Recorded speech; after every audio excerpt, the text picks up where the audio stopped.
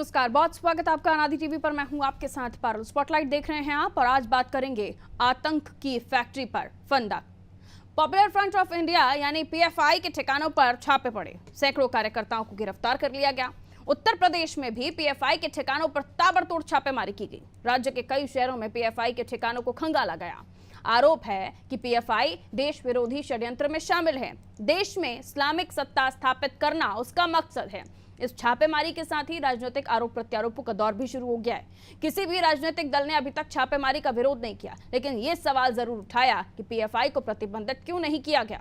कांग्रेस का कहना है कि पीएफआई, आरएसएस और भाजपा एक ही थाली के चट्टे बट्टे हैं और छापेमारी की कार्रवाई नूरा कुश्ती से अधिक कुछ नहीं है।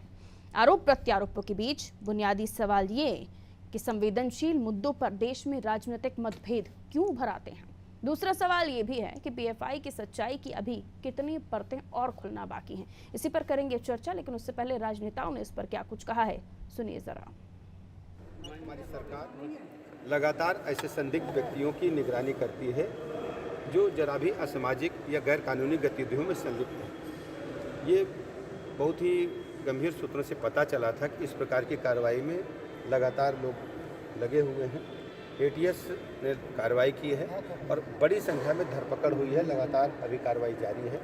अभी भी सरकार ने लगातार सतर्कता बरतने के, निगरानी करने के निर्देश दिए हैं। सभी जिलों के पुलिस अधीक्षकों को, जिलाधिकारियों को कहा गया है ऐसे संदिग्ध लोग जो गैर कानूनी गतिविधियों में लिप्त हैं, प्रदेश के अमन चैन को डिस्टर्ब करना चाहते हैं, उनके खिलाफ कड़ी कार्रवाई करें और उनको तत्काल गिरफ्तार करके। उनका जुर्म क्या है? एक पार्टी है, वो एक संस्था चला रहे हैं और एक प्रोग्राम है उनका, जैसा और पार्टियां अपने प्रोग्राम चलाती हैं। तो उनका जुर्म क्या है कि क्यों गिरफ्तार किया जा रहा है? भाई क्या उनसे कुछ खतरा हो गया, या वो मुल्क के लिए ख़तरनाक है या इस पार्टी के लिए ख़तरनाक है? क्या बात है, क्यों उसके साथ ये अमल हो रहा? और कितनी पार्टियां देश के अंदर चल रही हैं सियासत पर, या पाबंदी लगाई है? आप पार्टी पर पाबंदी लगा रहे हैं क्या? ये देश अब इस बात को जान चुका है कि पीएफआई, आरएसएस और उसके साथ ओवैसी और भारतीय जनता पार्टी, ये सभी एक ही थाली के चट्टे बट्टे हैं और एक दूसरे पर नूरा कुश्ती करके अपने को पोषित करते हैं। देश जानना चाहता है, जनता जानना चाहती, आखिर किसने रोका है? लगाइए ना बैन।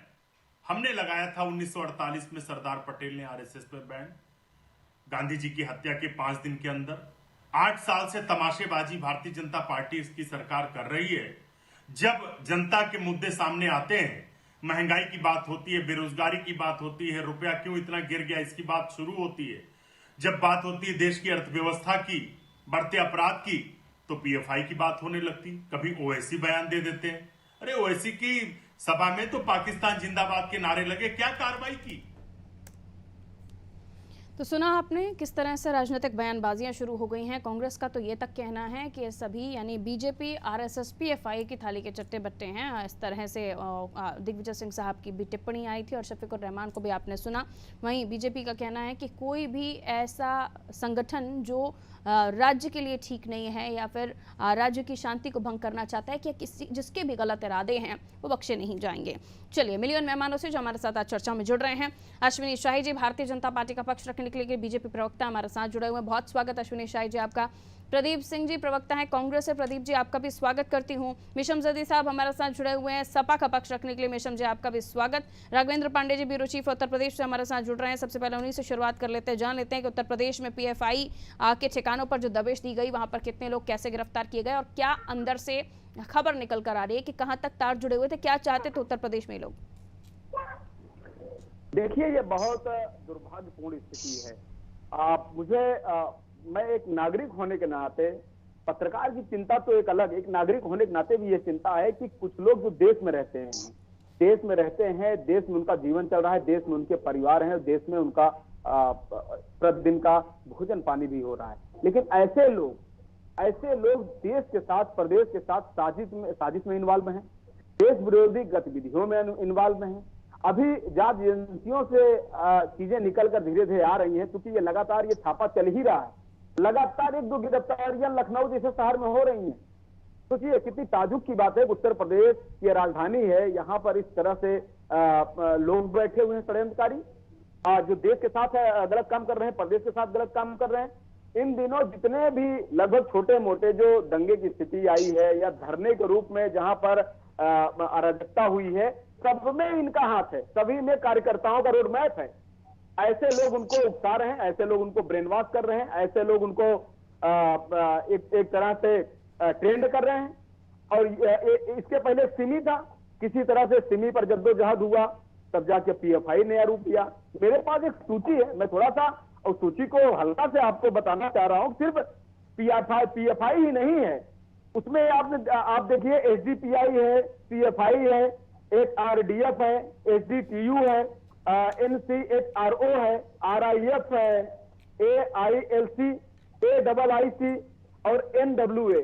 आप समझिए लगभग 10 ऐसे संगठन हैं जो संदिग्ध हैं। कहीं न कहीं इन लोगों से जुड़े हुए जो लोग हैं उनकी भूमिका संदिग्ध है। तो आप बताइए कौन सी सरकार, कौन से लोग इनको ऐसे बर्दाश्त करेंगे जब ये पता चलेगा कि ये लोग इसी प्रदेश में रह के और इसी प्रदेश के खिलाफ साजिश रच रहे हैं। देखिए बिल्कुल भी ठीक नहीं है, मेरा मानना बिल्कुल भी इन लोगों के सहयोग में नहीं है। अगर जांच एजेंसियां भारत की हो या प्रदेश की हो या कोई भी जांच एजेंसी अगर कोई तथ्य दे रही है, किसी तरह का कोई कनेक्शन निकाल रही है, तो मैं उन एजेंसियों के साथ हूं। मैं इतना बड़ा मतलब कि विचारक नहीं हो सकता कि मैं अपने एजेंसियों की बात को न मानूं। ऐसा कोई प्रमाण नहीं मिलता है कि हम उनसे अलग हट के चलें। अगर यह बात आई है तो और लोगों को सोचना चाहिए कि इन सब चीजों को कैसे दुरुस्त किया जाए। दुर्भाग्य और भी है बिल्कुल, और फिर जब इन्हीं गलत ताकतों की वजह से देश में घटनाएं होती हैं, हम देखते हैं कि जवानों की शहादत की भी खबरें आती हैं, क्योंकि इन्हीं का कहीं ना कहीं कनेक्शन होता है। क्योंकि बगैर इंटरनल कनेक्शन के, बगैर देश में ऐसे लोगों के बैठे बगैर दूसरे देश से आके लोग या दूसरे ऐसे आतंकवादी संगठनों से जुड़े हुए लोग किसी घटना को अंजाम नहीं दे सकते। फिर तब जो आंसू बहाते हैं उनसे भी सवाल होना चाहिए। लगातार आ रहे हैं, मैं आपको जानकारी दे रहा हूं, तमाम राज्यों में बाहर के लोग आ रहे हैं, उनका तुरंत ही राशन कार्ड, उनके तमाम डॉक्यूमेंट्स बनाए जा रहे हैं। कौन बनवा रहा है? और यहाँ अपने जो लोग यही कहें उनको बनाने में दिक्कत होती है, लेकिन ऐसे लोगों का तुरंत बन जाता है। आखिर कौन सा ग्रुप, कौन सा नेटवर्क सक्रिय है? यह बहुत महत्वपूर्ण है। और ज्यादा चिंताजनक स्थिति तब होती है जब तमाम राजनीतिक दल जब इनके लिए खड़े हो जाते हैं, इनके सपोर्ट में खड़े हो जाते हैं। ये कतई भारत के या प्रदेश के भविष्य के लिए अच्छी बात नहीं है। ठीक है, मैं लौटूंगी आपके पास राघवेंद्र जी। पहले मैं कांग्रेस के पास जाना चाहूंगी, क्योंकि दिग्विजय सिंह साहब का भी बयान कुछ दिनों पहले हमने सुना था और शफीकुर रहमान जी का भी बयान सामने आया है, जिसमें ये तो कतई नहीं लगता कि आप लोग किसी भी तरह से इस कार्रवाई से इस पक्ष में है, इस कार्रवाई के या इस संगठन को गलत मानते हैं। क्या कहिएगा सर? नहीं, आपको कैसे लगे कि कांग्रेस किसी कार्रवाई के पक्ष में नहीं है या उससे असहमत है? आप ऐसा कोई भी संगठन, ऐसा कोई भी व्यक्ति जो राज्य के खिलाफ युद्ध छेड़ने की बात करता हो, ऐसा कोई भी संगठन जो राष्ट्र के खिलाफ युद्ध छेड़ने की बात करता हो, उसके पक्ष में कौन खड़ा होगा? लेकिन आप ये देखिए, वो चाहे वो पीएफआई हो, चाहे वो लोग हो जो बच्चों के साथ अपराध करते हो, चाहे वो लोग हो जो हमारी नौजवान महिलाओं को बेसहारा धकेलते हो और सरकार उनके साथ खड़ी नजर आती हो, ऐसी निश्चित तौर पर ऐसे हर अपराध का विरोध कांग्रेस पार्टी करती रही है, करती रहेगी। चाहे किसानों के सीने पे गाड़ी चढ़ाने की बात हो, चाहे फिर महिलाओं के ऊपर हो रहे अपराध का सरकारी संरक्षण की बात हो। पीएफआई के साथ खड़े हैं और पीएफआई की तुलना आप लोग बीजेपी और आरएसएस से कर रहे हैं। कांग्रेस पार्टी उसके विरुद्ध है। ऐसी चीजों में भी राजनीतिक बयानबाजी से लाभ लेने की कोशिश अच्छी है क्या? मेरा सवाल सुनिए दोबारा जरा, कि पीएफआई, आरएसएस और बीजेपी एक ही थाली के चट्टे बट्टे हैं, ये कांग्रेस की तरफ से जो बयान सामने आया, क्या आप लोग इसे सही मानते हैं? क्या राजनीतिक बयानबाजी से राजनीतिक लाभ लेना ऐसे मसलों पर भी जरूरी है? नहीं, हम मानते हैं कि देश का पहला आतंकी अगर किसी संगठन से निकलता है, घोषित आतंकी निकलता है, तो उस पर सवाल होनी चाहिए, तुलना होनी चाहिए। अगर पीएफआई अपने आप को एक सामाजिक संगठन बताती है, उसके बाद उसके बयान ऐसे आते हैं, अगर राज्य को ये लगते हैं कि राज्य के विरुद्ध अपराध है, तो उसको लगते हैं राज्य के विरुद्ध युद्ध की घोषणा है, तो निश्चित तौर पर उनके कार्रवाई होनी चाहिए। और अगर कांग्रेस ये कहती है, अगर लोग ये कहते हैं कि प्रदेश का पहला आतंकी और देश का अंतिम आतंकी एक विचारधारा रखते, तो उसमें अपराध कहाँ है? तो मतलब जनता ने ऐसी सरकार को चुन लिया जो आतंकवाद से जुड़ी हुई है, आप ये कहना चाहते हैं? ये आप कह रही हैं। नहीं, मैं आपसे समझना चाह रही हूँ नाथूराम गोडसे को आप क्योंकि आतंकवादी सत्ता मानते में नहीं जो मानती सत्ता है? में बैठी हुई पार्टी नहीं, पर नाथूराम की तुलना आप गोडसे को आप पीएफआई से कर आतंकवादी रहे हैं, मानती नहीं है? तो जनता ने ही उस भारतीय सत्ता को जनता चुना पार्टी है ने बताया कि नाथूराम गोडसे को वो आतंकवादी मानते हैं नहीं मानते हैं। तो जो भी लोग राज्य के खिलाफ युद्ध की घोषणा करते हैं, जिनकी गतिविधियां राज्य के खिलाफ हैं, तो निश्चित तौर पर ऐसे लोगों की जो समान विचारधारा है उनको उनकी तुलना होनी चाहिए। ये तो पीएफआई तो बेपर्दा हो गया, इसलिए चीजें सामने आ गईं। लेकिन इतने समय से आप लोग, आप राजनीतिक पार्टियां हैं, बोलने से नहीं होता ना, सिर्फ तथ्यों पर बात होती है कि बयानबाजियां कीजिए, एक दूसरे पर आरोप लगाए, और ऐसा संवेदनशील मुद्दा है जिससे देश की सुरक्षा, देश की शांति जुड़ी हुई है, इस मसले पर कम से कम राजनीति ना कीजिए। मिशम जैदी जी, शफीकुर रहमान जी कह रहे हैं कि कौन लोग हैं ये, इन पर क्यों कार्रवाई कर रहे हैं, इतना प्रेम सर पीएफआई से शफीकुर रहमान जी का क्यों? मिशम जी आवाज हाँ जी कहिए। मैं सुन रहा हूँ, मेरी आवाज आ रही है आपके पास? हाँ जी आ रही है आपकी आवाज, कहिए। देखिए, इस भारतवर्ष के, इस देश के सच्चा देशभक्त और नागरिक होने के नाते मैं किसी भी तरह का कोई भी जो एंटी सोशल एक्टिविटी, जो देश के खिलाफ होने वाली जितनी भी गतिविधियां हैं, वो बिल्कुल गलत है और उनको नहीं होना चाहिए। मगर सवाल मैं ये सरकार से पूछना चाहता हूँ कि सरकार की नाक के नीचे पीएफआई जैसे संगठन अगर देश विरोधी चल रहे हैं तो इनकी हिम्मत कैसे हुई? आप लाल आग दिखाने की बात पाकिस्तान और चाइना को करते हैं, देश में आतंकवाद को खत्म करने की बात करते हैं, और अपने ही देश में, अपने ही मुल्क में अगर इस तरह के कोई संगठन चल रहे हैं तो कहीं ना कहीं वो सरकार का फेलियर है, ये मानना पड़ेगा।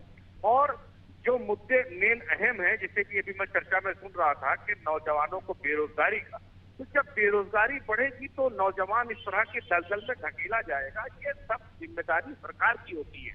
और जो भी इस तरह के कोई संगठन जो देश के खिलाफ, वो कोई भी हो, वो पीएफआई हो या कोई भी तरह की सामंतवादी ताकतें हो, किसी भी तरह के लोग हो जो देश के खिलाफ किसी भी एक्टिविटी में शामिल है, उनके कठोरतम उनके खिलाफ कार्रवाई होना चाहिए। उसके लिए हमारा कोर्ट, हमारा संविधान बहुत है। मगर कहीं ना कहीं जहां पर सरकार का फेलियर की बात होती है कि आप हमेशा ऐसे ही मौकों पर इस तरह की कार्रवाई क्यों करते हैं? एक दिन में तो ये कोई संगठन खड़ा नहीं हो गया होगा। बिल्कुल सही है। जाहिर सी बात है कि इस संगठन को समय के लिए पैसा इस्तेमाल जुटाया गया होगा, लोग जुटाए गए होंगे, ठीक है, एक सवाल आपका जायज है कि ये संगठन जाहिर सी बात है एक दिन में खड़ा नहीं हुआ होगा, इनके मंसूबे बहुत पुराने हैं। बात है, आप पहले चाहते हैं मर्ज बन जाए, जब कैंसर होता है तब आप उसका इलाज करने में उसे काट के फेंकना चाहते हैं, तो इससे मरीज की जान नहीं बचाई जाती है। मरीज की जान आप मरीज के मरज के, ठीक है, लेकिन ये रोग जो है ये कहाँ तक पहुंचा है, इसकी सोनोग्राफी मत कीजिए। मुझे ये बताइए कि शफीकुर रहमान जी जो बातें कर रहे हैं वो आप ही की पार्टी से जुड़े हुए हैं, हटा दिया उन्होंने, आप लोगों ने? देखिए, ये एक बात सुनिए, शफीकुर रहमान जी हो या मीसम जैदी मैं हूँ और या आप हो और या कोई भी देश का नागरिक हो, या अपने अपने विचार, अपनी अपनी बात नहीं, तो मैं सपा प्रवक्ता से बात कर रही हूँ ना, मैं मिशम जैदी से बात नहीं कर रही हूँ अभी। नहीं, आप सपा के पक्ष में आम कार्यकर्ता के आम आप सिटीजन की तरह मैं आपकी पोजीशन पे, आपकी डेजिग्नेशन पे नागरिक लिख देती हूँ, फिर नेता सपा मत लिखवाइए अपने आप को। आप हमारा मुंह मत खुलवाइए, आप फिर हम कहना शुरू कर देंगे। नहीं, मुंह क्या खोलिए, खोलिए अपना मुंह, क्या कहेंगे मैं सुनना चाहती हूँ। आप हमसे जो है वो जो आप चाह रही हैं सुनना, वो मैं कुछ नहीं चाहती, मैं तो शफीकुर रहमान जी के बयान के साथ सपा है या नहीं, और सपा है तो है या नहीं है ये तो बता दीजिए। सपा का पक्ष रखने के लिए जुड़े ना। देखिए, इधर उधर की बातें मत कीजिए मिशम जैदी जी, मेरे दर्शकों का समय कीमती होता है और हम चाहते हैं कि एक सार्थक अच्छी चर्चा हो जाए। जो सवाल पूछे जाए उस पर जवाब नहीं आपके पास तो बात अलग है। नहीं, ये बताइए कि आरएसएस का बैन क्यों लगा? देश में आरएसएस चुनाव नहीं लड़ सकती, उसका वजह क्या है? शफीकुर रहमान जी के साथ सपा है या नहीं है? अगर नहीं है तो वो पार्टी में क्या कर रहे हैं? नहीं, उनको छोड़िए, उनकी वो क्यों छोड़िए? आपने नहीं छोड़ा, हम कैसे छोड़ दें? अच्छा, ये बताइए कि दुनिया में सिर्फ अब एक ही बिरादरी और एक ही मुल्क के अंदर शफीकुर रहमान दे पाएंगे क्या जवाब उस पर? नहीं है जवाब आपके पास तो वो बात कीजिए। का जो भी बयान है मुझे पता नहीं, मजबूरी है आपकी उनके खिलाफ ना बोलना। मैंने सुना ही नहीं बयान, मैंने आपकी बात का जवाब किया, आप उससे डिबेट मैं तो मेरा जवाब नहीं मिला ना मुझे मिशम जैदी जी, जवाब नहीं मिला मुझे मेरा। शफीकुर रहमान जी के साथ सपा खड़ी है या नहीं खड़ी है? आप बायस होकर के आप डिबेट करना चाहती हैं। बायस क्या? मैं आपकी पार्टी का जवाब आपसे ना पूछूं तो क्या बीजेपी से पूछूं क्या? मिशम जैदी जी सपा को रिप्रेजेंट कर रहे हैं आप इस पैनल पे। अब मुझे ये बताइए, मिशम जैदी जी से सपा के बारे में ना पूछूं तो किसके बारे में पूछूं? तो मैं बता तो रहा हूँ कि हाँ भैया बताइए ऐसा है, शफीकुर मैं रहमान। हाँ समाजवादी मेरा पार्टी की सवाल तरफ से सिंपल है बात शफीकुर करता हूँ। रहमान, यस और नो, साथ है या नहीं है? हम इस सरकार का फेलियर है, सरकार का फेलियर है। इतनी बड़ी कैसे पीएफआई संगठन खड़ा हो गया?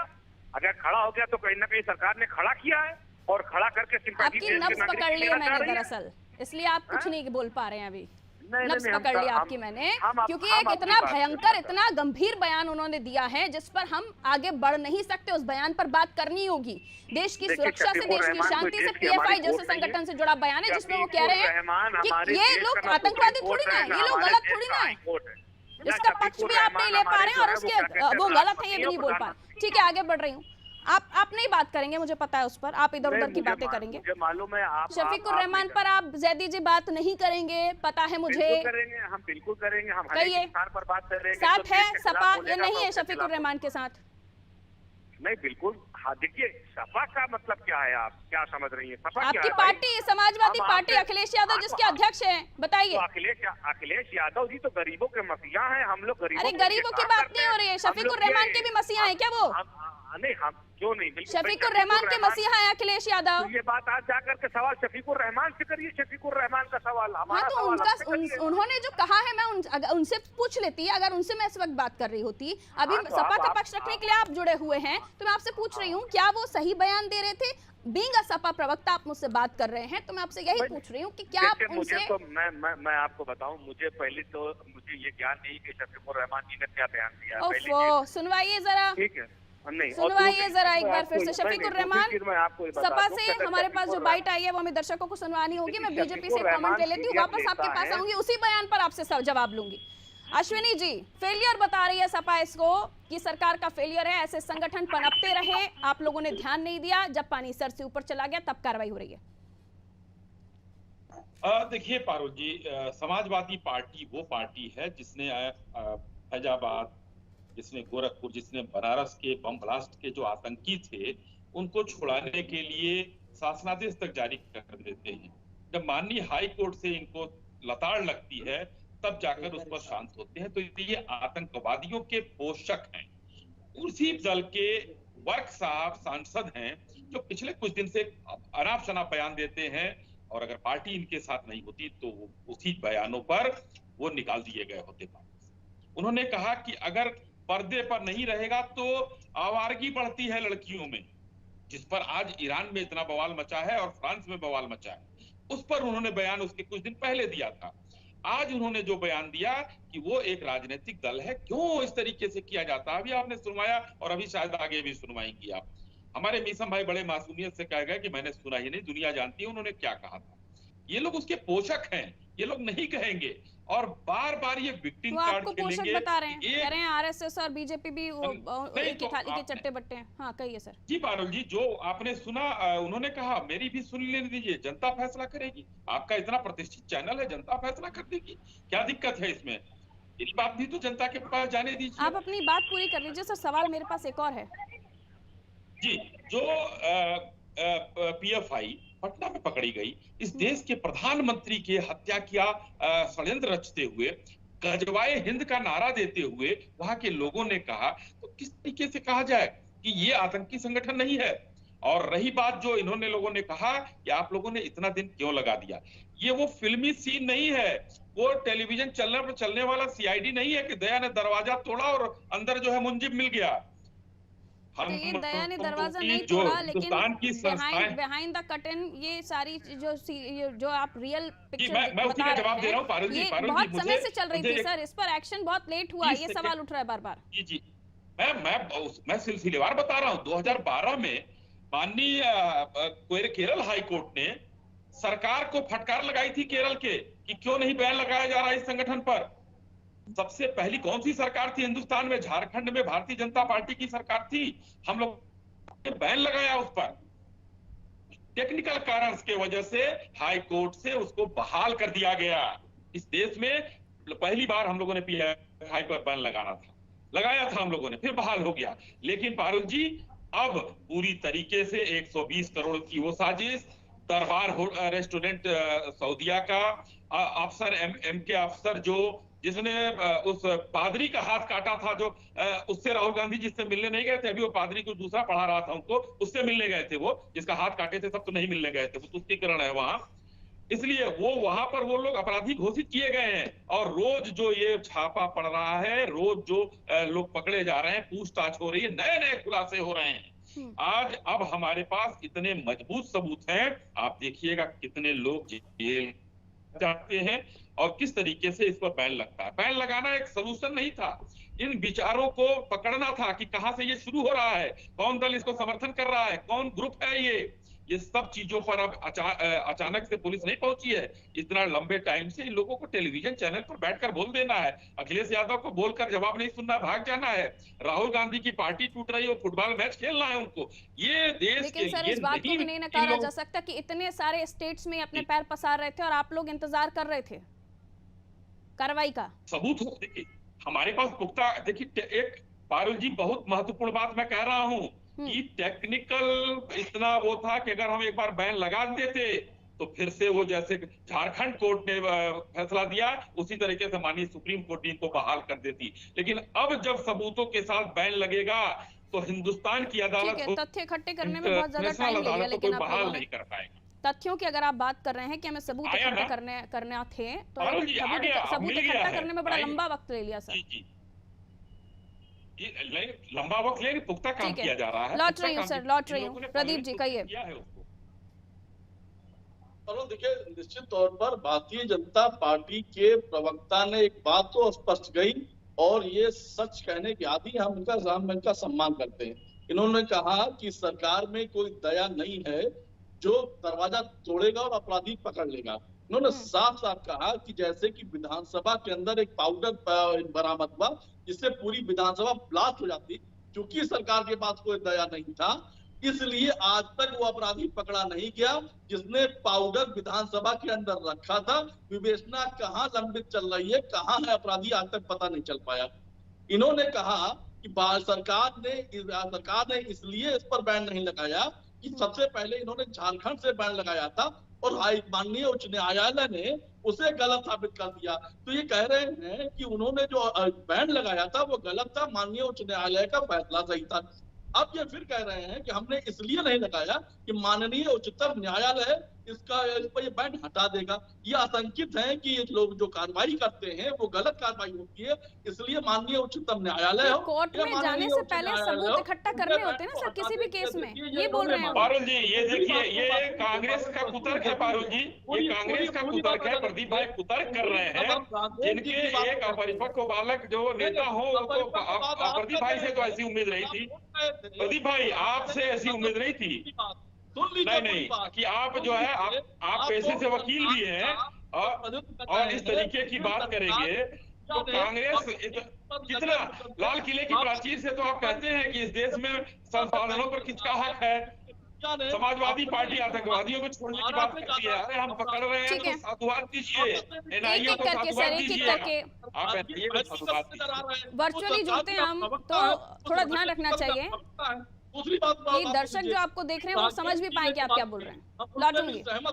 लौटूंगी वापस। जैदी जी यहाँ पर जल्दी से बयान सुनवा दीजिए। शफीकुर रहमान जी का मुझे सवाल जैदी जी से लेना है वापस जाके। जुर्म क्या है, एक पार्टी है, वो एक संस्था चला रहे हैं और एक प्रोग्राम है उनका, जैसा और पार्टियां अपने प्रोग्राम चलाती हैं। तो उनका जुर्म क्या है कि क्यों गिरफ्तार किया जा रहा है? भाई क्या उनसे कुछ खतरा हो गया या वो मुल्क के लिए ख़तरनाक है या इस पार्टी के लिए ख़तरनाक है? क्या बात है, क्यों उसके साथ ये अमल हो रहा? और कितनी याद आ गया होगा जैदी साहब, याद आ गया होगा क्या कहा उन्होंने? कहिए। बिल्कुल मैं सुन रहा हूँ। तो क्या गलत कहा उन्होंने? कोई भी आप देश के अंदर अपनी पार्टी नहीं चला सकता है क्या? संगठन नहीं चला सकता। तो पार्टी चला रहे थे, पीएफआई पार्टी चला रहे थे। और अगर वो देश के विरोधी चला रहे हैं तो हमारे लिए उसके लिए कोर्ट बहुत सर क्यों भाग जाते हैं आप बयान से? इतना कमजोर नहीं है। मेरे सवाल से क्यों भाग रहे हैं? भाग मैं कह रहा हूँ भाई, अगर उन्होंने ये बात कही है तो गलत तो नहीं। प्रोग्राम चला रहे थे ये उन्होंने कहा, संगठन है ये उन्होंने कहा। मेरी बात सुनिए, मैंने प्रोग्राम देश हित में था। हाँ तो अगर देश जब के हित तक में नहीं तो सबूत तुम्हारी निकल कर वोट छापे तो में सजा सामने देगी। आ रहे हैं, प्रोग्राम हित में चल रहा था। कमजोर भारत नहीं है, भारत इतना कमजोर नहीं है हमारा देश। आप हमारा कमजोर देश पड़ रहे हैं किसी फिलहाल पार्टी के तो, दम पे भारत नहीं तो चल ना रहा है। कभी कमजोर था ना नहीं, है, आप कमजोर हाँ, पड़ तो रहे हैं। खत्म बात है। अगर वो आप देश सही के और विरोधी गलत ही नहीं काम कर पा रहे है, अभी तो तक। उस पर फाइन लगेगा, उनको सजा होगी, वो जेल जाएंगे। ये जब इलेक्शन टाइम में जब आप कैंपेनिंग करने निकलते तब भी सही और गलत में देरी कर देते हैं। नहीं ठीक बिल्कुल है। नहीं करते, हम तो कहीं रहे इस बात शफीकुर को, तो रहमान आपसे जी कहा के होगा पक्ष इसका में जवाब। है कि नहीं है ये नहीं बता पा रहे हैं आप, और वो जो कह रहे हैं क्या उसको मतलब अपनी तरफ से डिफाइन कर रहे हैं। राघवेंद्र जी, डेफिनेशन तो खैर शफीकुर रहमान जी के सपा की अलग है और वो जो कहना चाह रहे हैं वो देश सुन चुका है, लेकिन सवाल ये कि कार्रवाई के टाइमिंग्स को लेकर भी सवाल उठ रहे हैं और उसके साथ साथ पीएफआई इतने समय तक सरकार की नजरों से, कानून की नजरों से, प्रशासन की नजरों से बचा रहा, इस पर भी सवाल उठ रहे हैं। इस पर क्या कहना आपका? कारण बस यही है, आप बयान तो सुन रही होंगी कि आप सोचिए कि उत्तर प्रदेश सहित देश के तमाम राज्यों में जांच एजेंसियों के पुख्ता सबूतों के आधार पर छापे पड़ते हैं और लगभग 100 से ज्यादा लोग पकड़े जा रहे हैं और लगातार लोग गिरफ्तार हो रहे हैं। कितनी बड़ी बड़ी साजिशों के बू इस देश के खिलाफ नजर आ रही है। जांच एजेंसी भी पूरी बात नहीं रखेंगे, क्योंकि जब पूरी छापेमारी पूरी हो जाएगी तब हो सकता है प्रेस कॉन्फ्रेंस करके कुछ बताएं और बहुत सारी चीज ना भी बताएं, क्योंकि जांच एजेंसियां हैं, उनको देश की चिंता है, बहुत सारी चीजों को खुलासा नहीं कर सकते। राजनीतिक पार्टियां इसके नहीं हैं। बावजूद इतने नहीं, आप सोचिए कि इसके बावजूद कुछ लोग कह रहे हैं कि क्या क्या क्या दिक्कत है। दूसरा, मैं देख रहा हूं कि राजनीतिक दल जो है बचाव में कह रहे हैं कि अगर उन पे बैन लगाए तो आप आरएसएस पे बैन लगा दीजिए। देखिए किस तरह की दलीलें रखी जा रही। भाई देखो, मेरे इस पत्रकारिता के 10-15 साल के अनुभव में, या मैं जो जब स्टूडेंट रहा हूं उसके अनुभव में, मैंने तो नहीं देखा कि आरएसएस किसी देश विरोधी गतिविधियों में संलिप्त रहा हो, कोई मामला साबित हुआ हो। साथ ही मैं जहां तक जानता हूं कि आरएसएस एक सामाजिक, सांस्कृतिक और राष्ट्रवादी संगठन है जो भूकंप, ठीक है राघवेंद्र जी, समय इजाजत और नहीं देता, किसी- हमें यहीं पर फुल स्टॉप लगाना होगा फिलहाल तो। बहुत बहुत शुक्रिया आप सभी का हमारे साथ चर्चा में जुड़ने के लिए। तो पीएफआई को लेकर पूरे देश में चर्चा हो रही है और साथ ही साथ पीएफआई को पर जिस तरह से छापे पड़ रहे हैं ना, ये छापे मार रहा है, उसको लेकर भी और कार्रवाई को लेकर भी सवाल उठ रहे हैं। सवाल ये कि आखिर पीएफआई इतने समय से पनप रहा था तो उस पर अब कार्रवाई क्यों? बीजेपी का कहना है कि हम सब सबूत इकट्ठा कर रहे थे ताकि उसे हमेशा के लिए खत्म किया जा सके, बैन किया जा सके, क्योंकि उसके इरादे ठीक नहीं थे, देश हित में बिल्कुल नहीं थे। लेकिन शफीकुर रहमान जी का बयान, सपा सांसद उनको कैसे डिफेंड कर रहे थे, सपा प्रवक्ता, ये भी आपने देखा। सवाल ये कि जब बात देश हित की हो, जब बात राष्ट्र हित की हो, देश की शांति की हो, देश की सुरक्षा की हो, तो राजनीति करना जरूरी है क्या? दीजिए इजाजत, रखिए अपना ख्याल। नमस्कार।